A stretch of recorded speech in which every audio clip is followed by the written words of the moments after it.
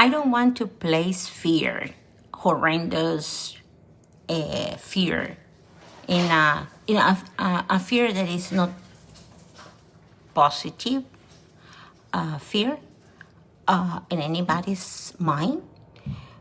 However, there are things that I have learned and I have witnessed, have observed, have heard, and I just cannot believe it myself. Have any one of you, I'm 58 years old, does anyone out there around my age or older, or maybe even a little longer in their 40s, does anyone has heard like never before? Brain dead, brain dead, brain dead, brain dead. No activity in the brain, no activity in the brain, brain dead. And then, please, take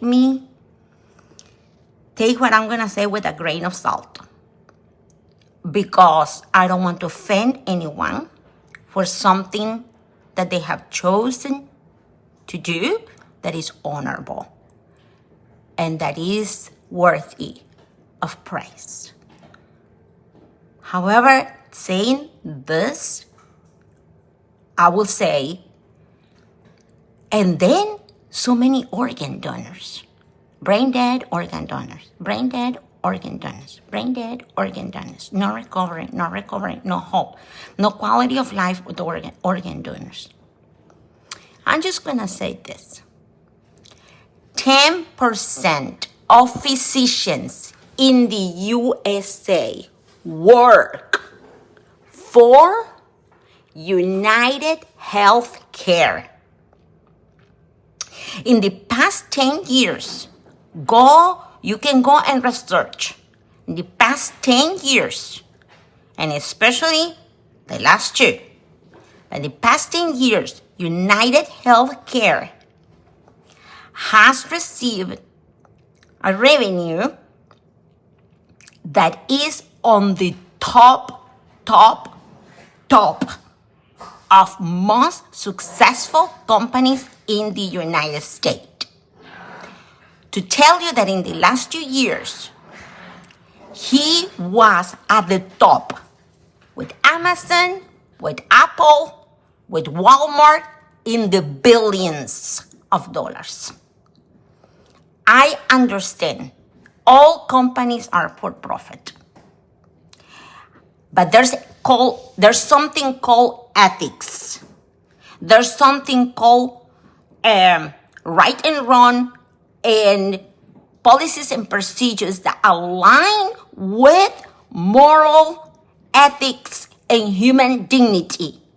If you're in a line of business that you are a medical insurance, that you insure people to secure their recovery, their medications, whatever complications they have in related to health, whatever sickness, whatever condition, you're paying to be covered.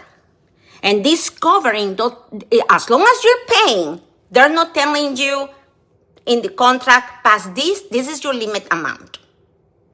This is we cap it here. Or these are the sickness that we will neglect or leave you hanging and not cover anymore. Or we're gonna cover you for 6 months. And if you have diabetes, if you have brain issues, if you have heart issues, if you have cancer issues, past a certain moment, we're not gonna cover you anymore. We're gonna dump you and leave you in the darkness of your own. Good luck to you, because you're gonna reap all the consequences of your infirmities and your illness or your condition when your body's not doing well. There's no that. Is that right? So when these people are making profit, because profit is good, companies are made and built to make profit.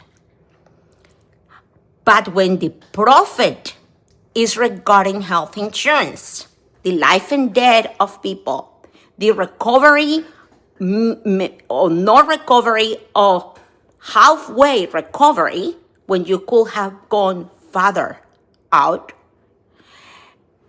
because you are making billions of dollars, there is something wrong with that. I want to say this. If you are in ICU is highly, highly costly. Now, in matters of hours, and I'm talking because I know, because few days back, I had a call and I received this information. And in few hours, they are talking about hospice or disconnection. After that is, are you gonna be a hero and you're gonna donate your organs? I just want that you guys think who benefit from that.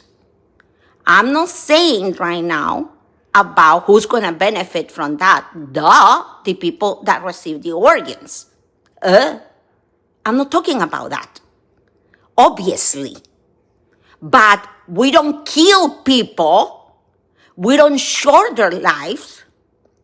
We don't sabotage their recovery because we need to slice them open like a cow to get organs and muscles and meat out of it, because we need to save 5 lives. Oh, so you have a healthy heart, a healthy liver, a healthy kidneys, a healthy,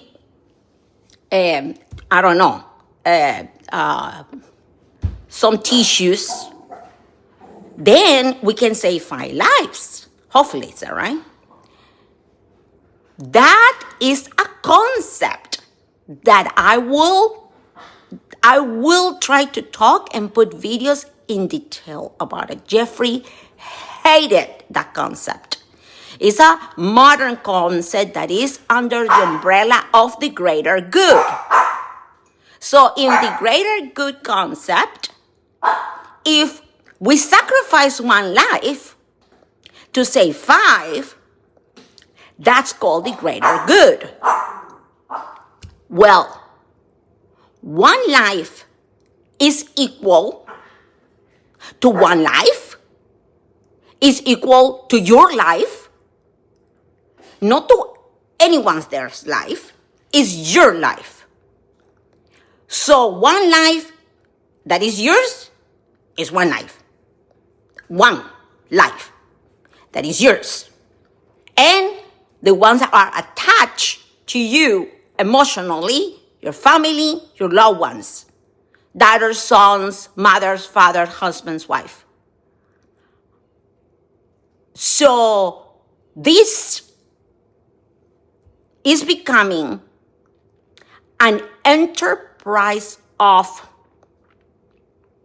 level of gangsters.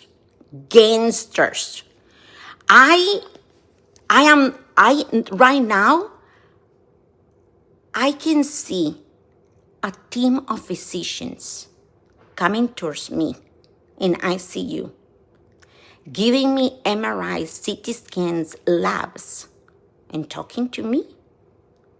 And I will believe 1/4 of what they are saying. Everything else, God help me to quickly absorb biology, chemistry, and become a physician of every single organ in the body in matter of hours.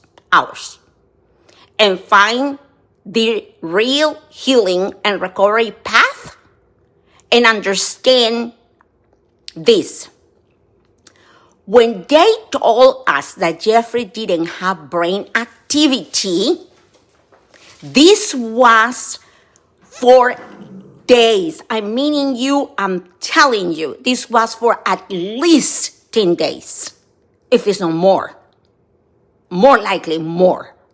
And Jeffrey was starting to wake up. Listen, when they had Jeffrey, that's saying that he had no brain activity and they had connecting with those for days and days and days, Jeffrey was under sedation.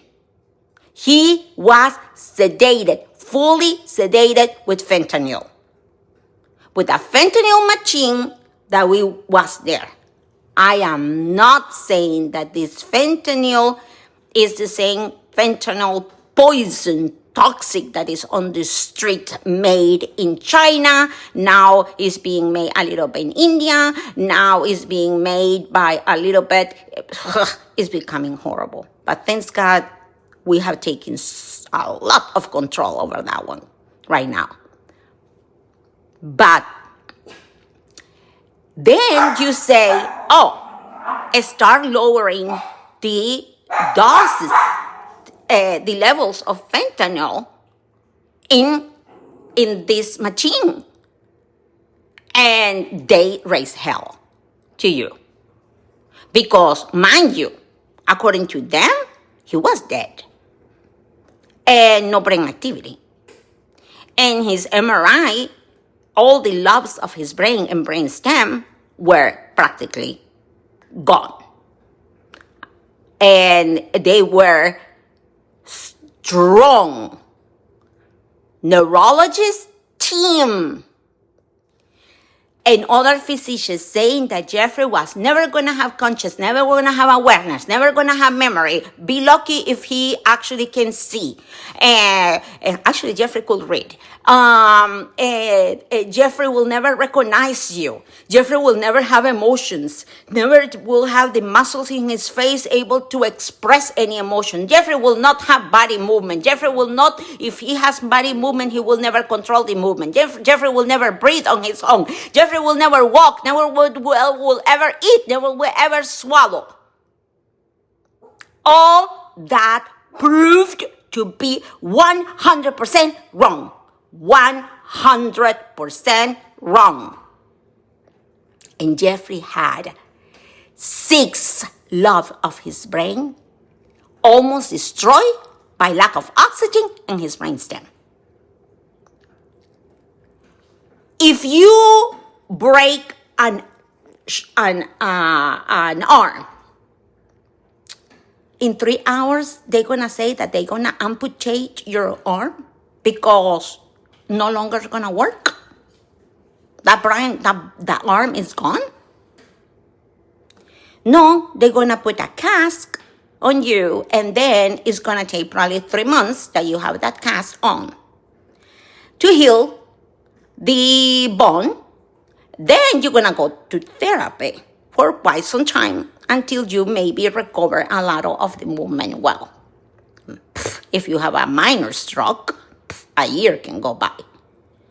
But when you have a much larger issue, it should take longer, is that right? No, in 3 hours, in 2 days, in 3 days, said, oh, okay, you're taking too long now. We need this connection. The brain has to have the ability to give it a time to recover.